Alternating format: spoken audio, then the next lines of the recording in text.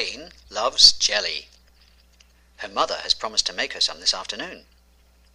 When Jane gets home from school, she has a slice of bread and jam and a glass of juice. She tells her mother that she and her friend Javinda have made a giant jigsaw of a juggler.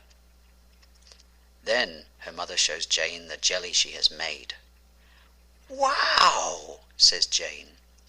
It is tall, red, and has 4 layers. As she carries it to the table, it wobbles and wobbles. Jane pretends to wobble just like it and says, "Jelly on a plate, jelly on a plate, jelly on a plate."